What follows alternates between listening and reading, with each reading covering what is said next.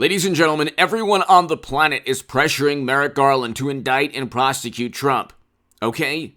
Do you remember when Democrats, like yesterday, were accusing Trump of pressuring officials to just abide by his whims? Remember that? Remember, it's bad when Trump does that, but it's okay when Adam Kinzinger, who, by the way, Adam Kinzinger voted against the first impeachment over 90% alongside Trump in Congress and voted for him 2 years ago. So you can look at Adam Kinzinger for just a blueprint on how an Illinois Republican completely revitalizes his political life after leaving office. That's like the blueprint for how a Republican in a blue state wants to get a book deal or be on MSNBC from here on out after his career is over. Anyway, that's a whole other story. We'll get to that a little later. But remember when it was bad when Trump pressured people in swing states to abide by his whims? Remember that? Or when Trump was utilizing William Barr as his personal attorney. He couldn't have utilized Sessions because Sessions literally recused himself and allowed a special counsel, which found nothing.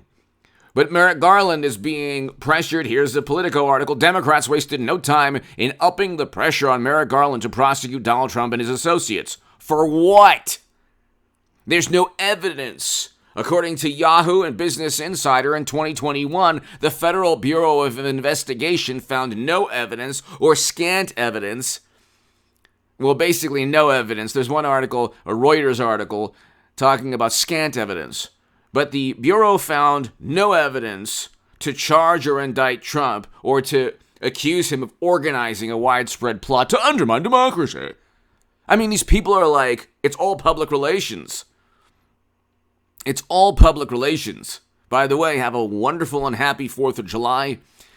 God bless you all. God bless the veterans of this country. Thank you so very much for everything that you and your families have done to keep us safe and protect us. I will have a live stream, ladies and gentlemen, on this channel at around 9 p.m., 8:30, 9 p.m. Pacific tonight. So be here for the live stream tonight on this channel. Have a safe, wonderful, happy 4th of July. God bless America. God bless you. Let's get to, and by the way, hit subscribe to my two other channels. The Nuclear Confrontation channel, renamed it, and it's a little bit different now, so you'll have a very important segment up today on there. Really very positive, uplifting channels. The Nuclear Confrontation channel, and also the oil prices to $150 per barrel. It's going to reach that. Bitcoin 10K. 10,000. Bitcoin will descend further to 10,000. I called all of this in September of 2021. Go to the description section and watch the playlist. And Recession channel. So those two channels, it's below they're below in the description section, and you can see in September of 2021 when I actually called everything. I wrote in the Federalist. Read that article in the Federalist within the description section. Ladies and gentlemen, in October of 2021, telling the world we're going to have a recession and a stock market crash and everything's going to tank. Also, by the way, really quickly, I have two articles that I wrote about sports that you might be interested in, about Barry Bonds and Floyd Mayweather. Please go ahead and share those articles. They're below in the description section. Share them everywhere. You might enjoy them. Ladies and gentlemen, they want to indict Trump, but they don't have anything to indict Trump on. Okay, Democrats have pressured Merrick Garland, apparently the personal attorney of Joe Biden. Apparently Merrick Garland is just a political operative who can be told by, Harvard law professors and political pundits on MSNBC and CNN and the New York Times and the Washington Post that Trump is guilty of a crime. The problem, however, is that the Federal Bureau of Investigation under Director Christopher Wray, already investigated. They didn't find that Trump had organized a plot. The committee with Kinzinger and Cheney, what they found is pretty much nothing. They found hearsay, gossip, innuendo, conjecture, no evidence. Is there any evidence this man worked with the Kremlin, was installed by another country? No. The Mueller probe found nobody who conspired alongside a foreign operative, which is exactly why the Mueller probe was formed. The dossier was literally purchased by Clinton. They would never allow that if the tables were turned. You're talking about the most disingenuous, hypocritical people who cheat Bernie Sanders numerous times, but let's just focus on 2016. In their own primary, then they pontificate about democracy. They don't even have functioning primaries. They have every single possible advantage. The New York Post was suspended 2 years ago for telling the truth about Hunter's emails. The emails show clear violations of the law. These are actual emails that show business people, corporations, multinationals, literally asking Hunter how he can use, quote, his influence on the company's behalf. And then Joe forces out a prosecutor who was going to investigate that same company that asked Hunter. And so they still can't put two and two together. That is oh my God, an absurd leap of logic, even though it's an actual normal, rational, logical conclusion. But with Trump, he threw a ketchup bottle, or he was eating, and the ketchup was just, oh my God, it was on the wall. It was a metaphor for our democracy. It's they have nothing. Cassidy Hutchinson relayed information that she heard. Yeah, and there's Douglas Campbell, Uranium One informant. There's Tony Bobulinski, literally a business person who he was a partner of Hunter. They testified, or Douglas Campbell did, but Tony Bobulinski is willing to testify. He'll be there front and center in impeachment almost certainly, as will business associates almost certainly of Hunter. And so you'll see Democrats say, well, you have no proof. It's just their word. But if it's the word of somebody they respect or is credible, credibility to them is defined as if a person testifies against Trump.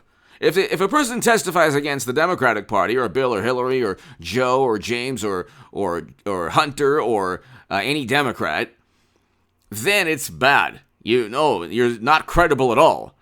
If there's a person accusing a Supreme Court justice of something that he did 30 years ago, that person is credible. But if, God forbid, a person came out and said, oh, well, Justice Brown or Justice Sotomayor or Justice Kagan, they did something 30 years ago, instantly, media would say, how can you tell? There's no proof. Look what happened when Joe was accused 2 years ago of the most despicable act. Literally what Trump, which was a bizarre statement. I've never heard that in my life, but what Trump talked about on a hot mic, Biden was actually accused of having done, and Democrats and New York Times and media and Washington Post said, well, there's no evidence, and if you make an allegation and it's a lie, you could go to prison. They turn on a dime. They do a 180 all the time. And their value system is never consistent. It's just pure, Tammany Hall politics, honest graft. This is the 1800s all up. Basically, we're living with the Democratic Party, we're living in the late 1800s, early 1900s, Tammany Hall, New York. Except now you have social media algorithms, and you have almost all of media. Almost every publication is going to say just two things at once. Trump bad, Democrats good, and that's it. Almost every publication. And that never used to be. It never used to be like that. You can't even watch late night anymore. You can't even watch late night without Jimmy Kimmel or Stephen Colbert devoting an entire segment on how horrible Trump is. The problem, however, is that he didn't commit a crime. And everyone is pressuring Merrick Garland to indict a man who's going to run again. He'll be the next Grover Cleveland, hopefully, if everything works out well. We'll leave it at that. Okay, he's going to run again, and there's nothing that Democrats can do. Go ahead and indict him, Democrats, for I don't even know what. You'd be fabricating a crime. And then you get Ron DeSantis, who's actually a better politician, who would actually be more difficult for you to undermine and try to, set up and frame. So the the Trump is actually protected by having DeSantis on deck, waiting in the wings. But they're going to try to indict. I think that it's a possibility that they're going to indict Donald Trump. It's a possibility. I'm not predicting it. It's not a prediction. It's a possibility that every one of my viewers or the country should actually, or the 70 plus million Americans, half the electorate. It is a possibility that could take place simply because Democrats are on the ropes and they're cornered, and we have a recession, we have stock market crashes. I predicted all of this in September of 2021.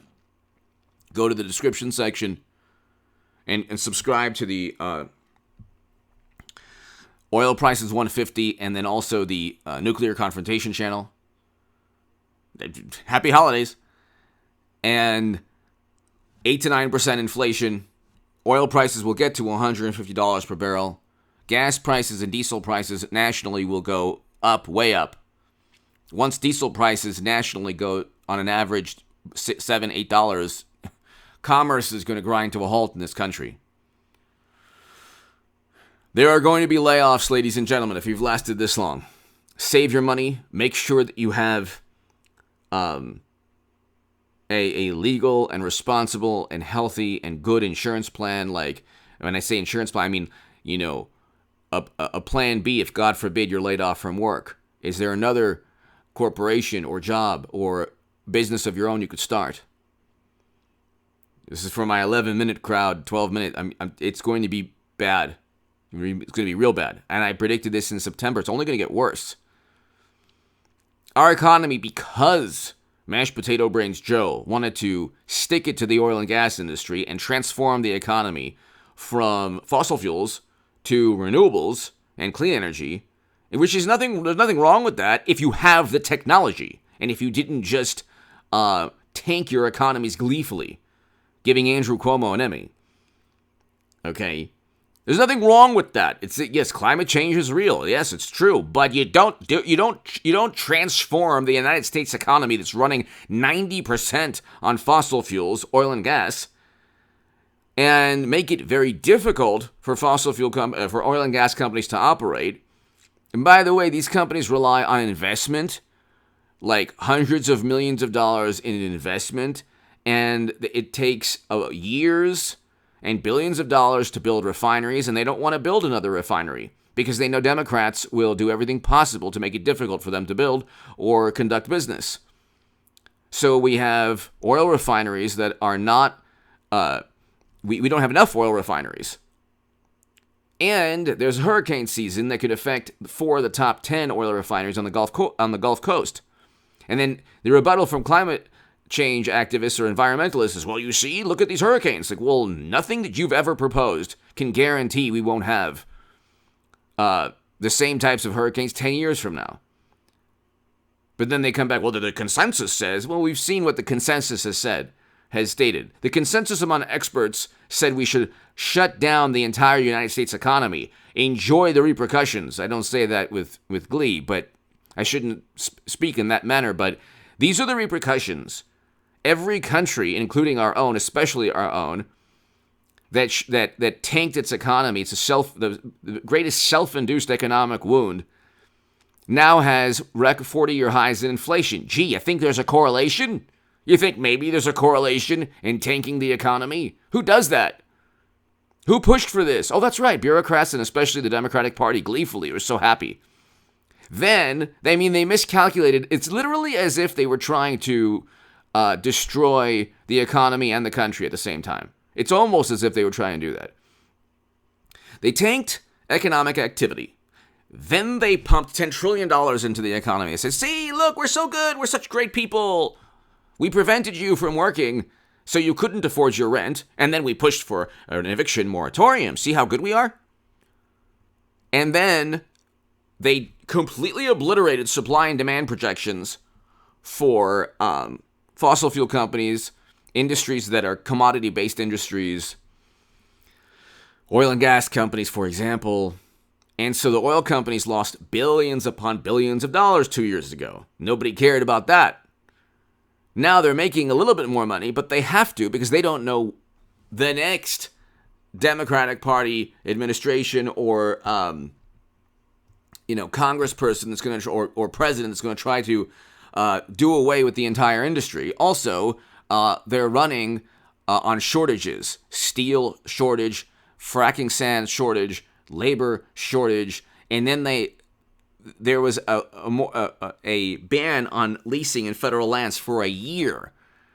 Then Biden was sued by oil and gas associations, 12 of them, and 14 states. Literally within the lawsuit in 2021, the lawsuits talk about all the policies that he implemented and the executive orders that made it difficult to do business and that increased the price of oil and gas and gas at the pump.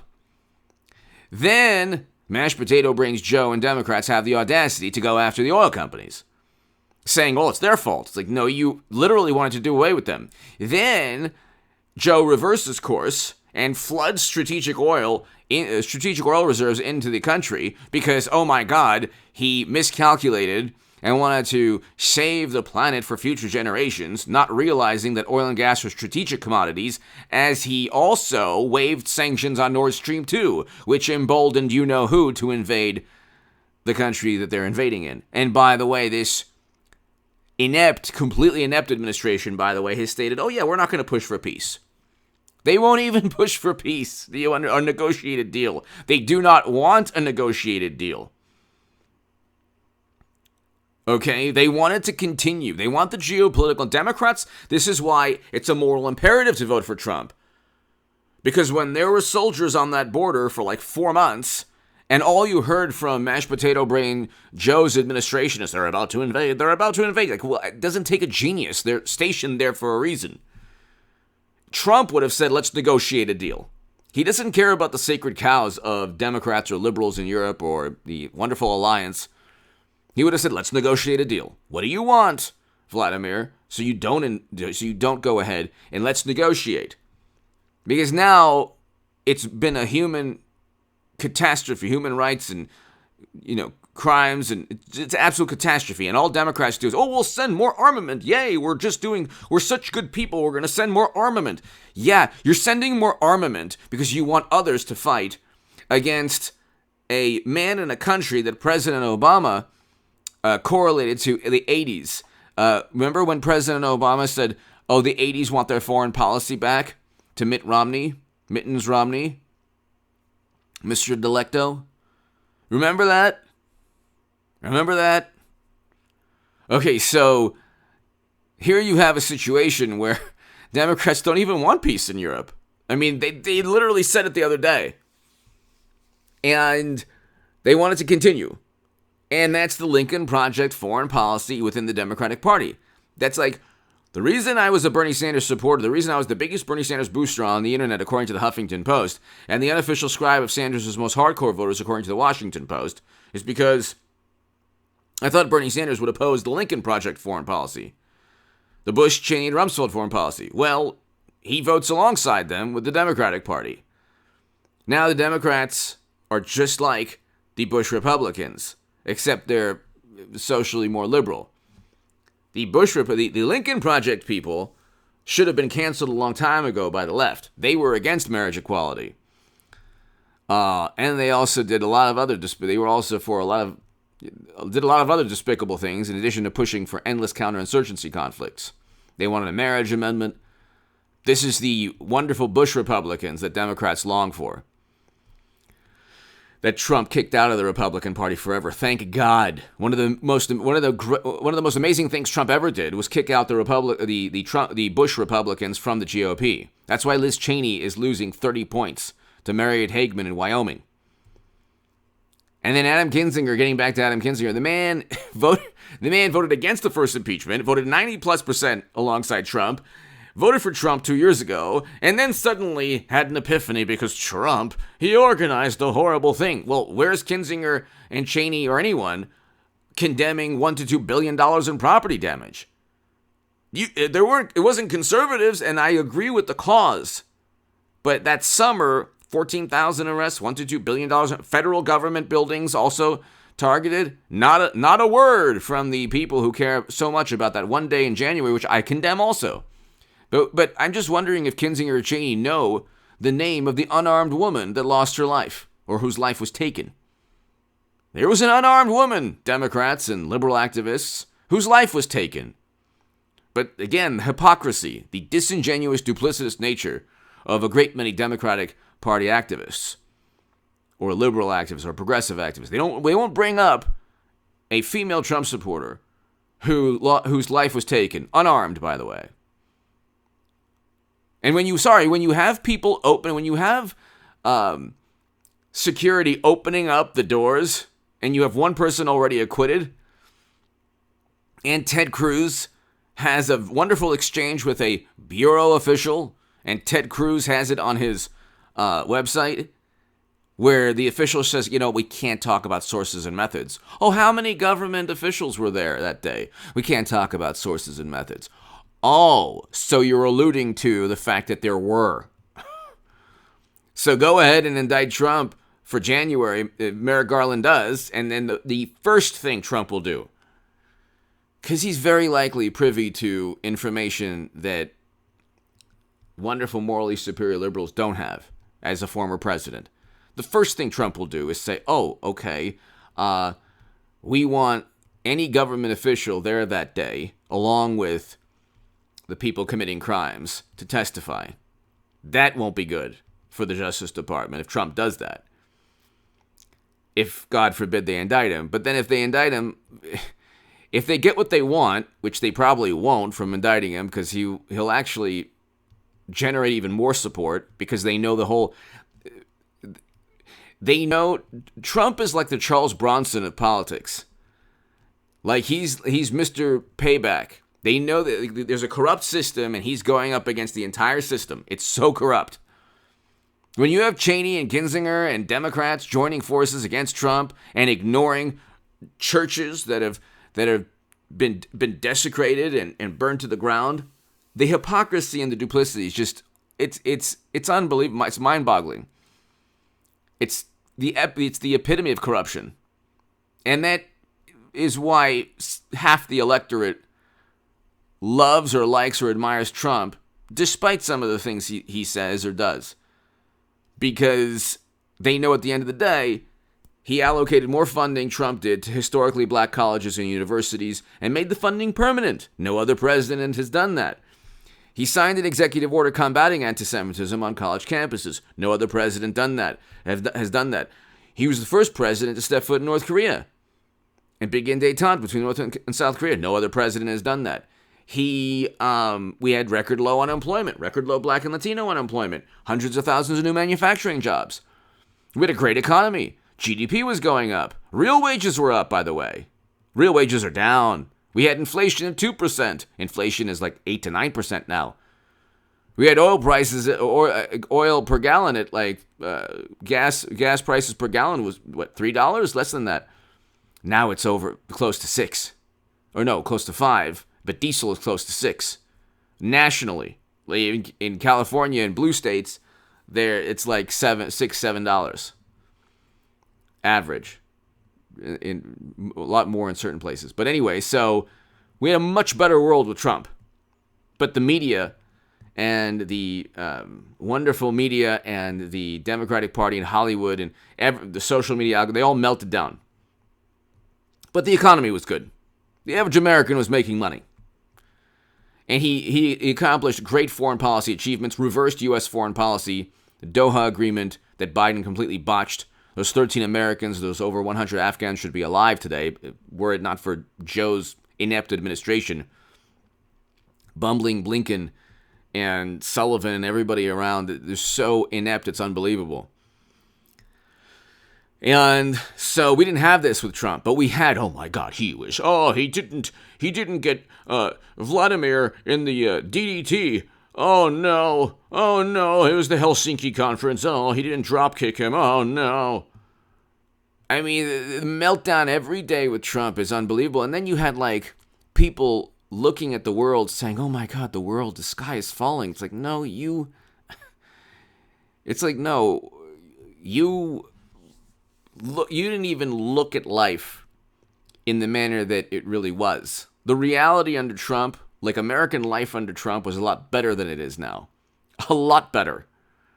If you voted for mashed potato brains and you're looking at the economy, you voted for this. I don't want to be like nasty the way Democrats would. Liberal Democrats are just so gleeful whenever anyone doesn't listen to them and, there's an outcome that, isn't good. Oh, yeah, you didn't do this, therefore you deserve this. Like, well, okay, now the reverse is here. Did you vote for Joe? Oh, okay. How's the economy? How's crime in your city? Homelessness? Is it better? How's inflation treating you? How are real wages? Are you making more? If you're making more money, is the money working for you? Because you're paying a lot more for energy and for food. And there are now food shortages. And we have a geopolitical nightmare in Europe. So, and they cheated Bernie Sanders, which is why they have Roe v. Wade overturned. Nobody really sees that. At that, and I went this 26 minutes, I go on and on about my support for Trump, but objectively, Bernie Sanders would have won to my 26-minute crowd. In 2016, not the Bernie of today, who was a tool of the Democratic Party, but the Bernie who was an obstacle to the Democratic Party in 2016. At that moment in time, he would have won. At that moment in time, he would have won Wisconsin, Michigan, Pennsylvania. Because Comey couldn't have written a letter against him. But anyway, hit subscribe to this channel, ladies and gentlemen.